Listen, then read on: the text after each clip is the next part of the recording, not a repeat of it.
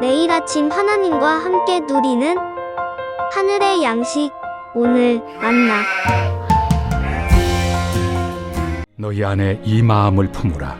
곧 그리스도 예수의 마음이니 그는 근본 하나님의 본체시나 하나님과 동등됨을 취할 것으로 여기지 아니하시고 오히려 자기를 비워 종의 형체를 가지사 사람들과 같이 되셨고 사람의 모양으로 나타나사 자기를 낮추시고 죽기까지 복종하셨으니 곧 십자가에 죽으심이라. 이러므로 하나님이 그를 지극히 높여 모든 이름 위에 뛰어난 이름을 주사 하늘에 있는 자들과 땅에 있는 자들과 땅 아래에 있는 자들로 모든 무릎을 예수의 이름에 꿇게 하시고 모든 입으로 예수 그리스도를 주라 시인하여 하나님 아버지께 영광을 돌리게 하셨느니라.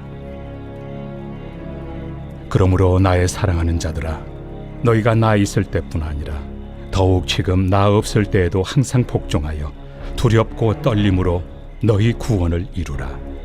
너희 안에서 행하시는 이는 하나님이시니 자기의 기쁘신 뜻을 위하여 너희에게 소원을 두고 행하게 하시나니 모든 일을 원망과 시비가 없이 하라. 이는 너희가 흠이 없고 순전하여 어그러지고 거스르는 세대 가운데서 하나님의 흠없는 자녀로 세상에서 그들 가운데 빛들로 나타내며 생명의 말씀을 밝혀 나의 다름질이 헛되지 아니하고 수고도 헛되지 아니하므로 그리스도의 날에 내가 자랑할 것이 있게 하려 함이라.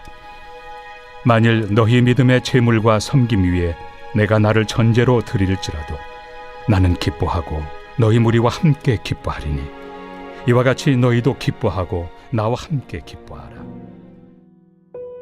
사랑하는 성도 여러분, 오늘 우리는 빌립보서 2장 5절부터 18절 말씀을 통해 예수 그리스도의 겸손과 복종 그리고 그 길을 따르는 성도의 삶에 대해 함께 나누고자 합니다.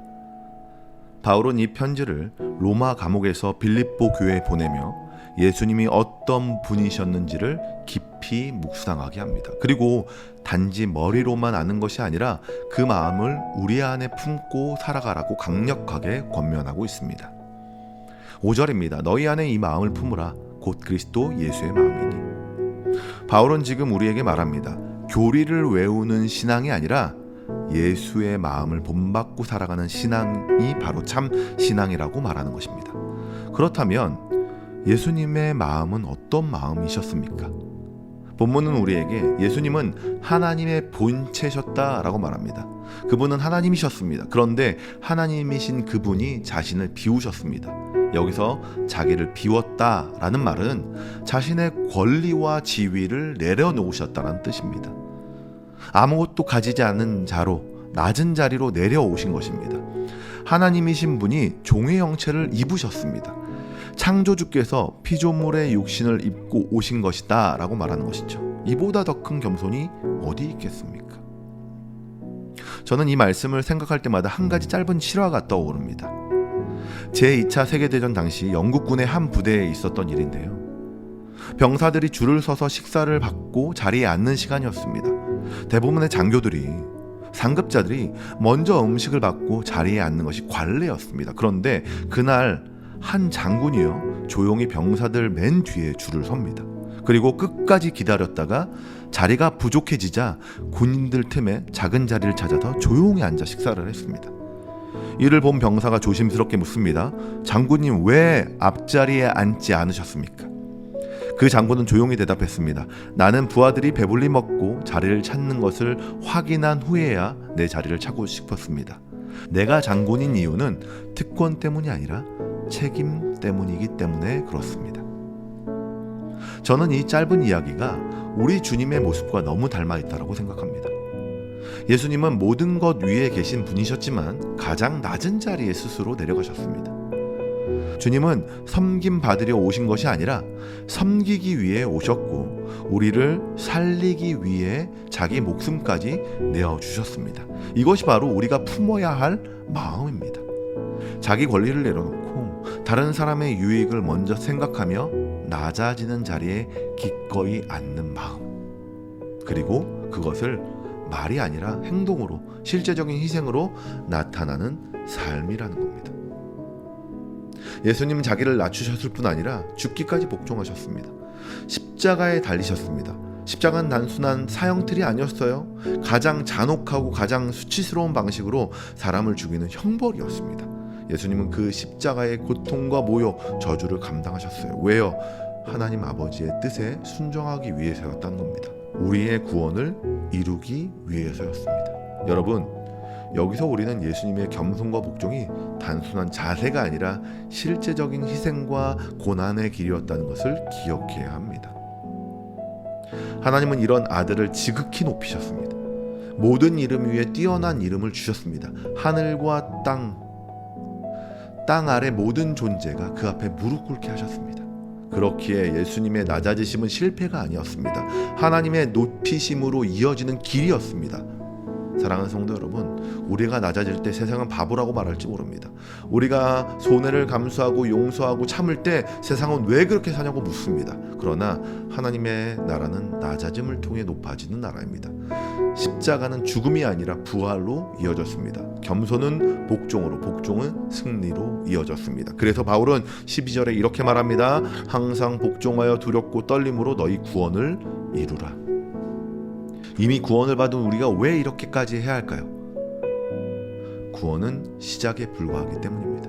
우리가 구원을 받은 후에는 그 구원을 삶으로 드러내야 합니다. 마치 씨앗이 심긴 뒤에 자라고 꽃을 피우듯 구원받은 자는 성령의 인도하심 속에서 점점 그리스도를 닮아가는 성화의 길을 걷는 것입니다.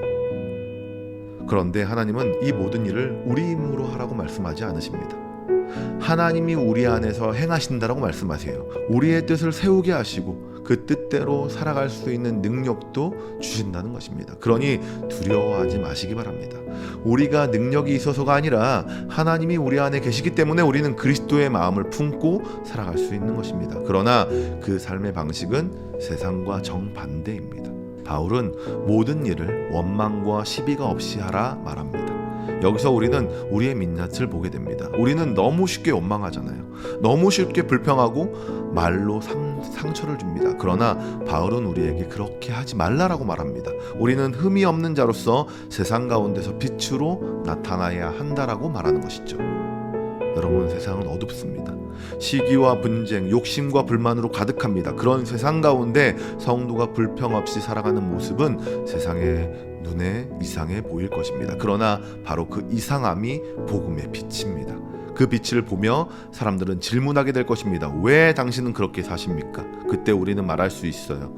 예수님이 그렇게 사셨기 때문입니다. 그리고 나는 그분을 따르는 사람입니다.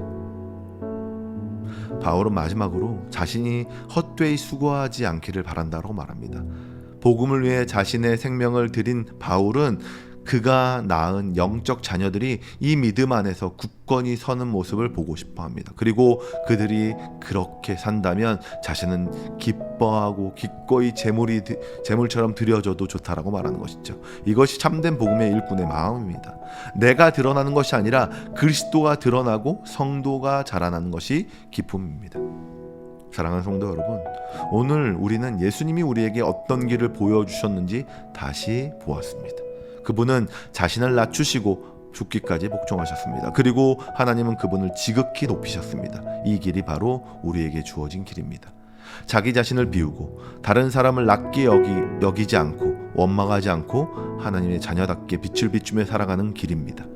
그 길은 쉽지 않지만 하나님께서 우리 안에서 역사하시기에 우리는 그 길을 갈 수 있습니다. 오늘 다시 예수님의 마음을 품고 겸손과 복종의 삶을 살아가길 결단하시는 모두가 되시길 소망합니다. 하나님은 그 길 끝에서 우리를 반드시 높이실 것입니다. 이 사실을 기억하며 오늘 하루도 겸손하라는 명령에 복종하는 삶을 살아가시는 모든 성도님들이 되시길 주님의 이름으로 축원합니다.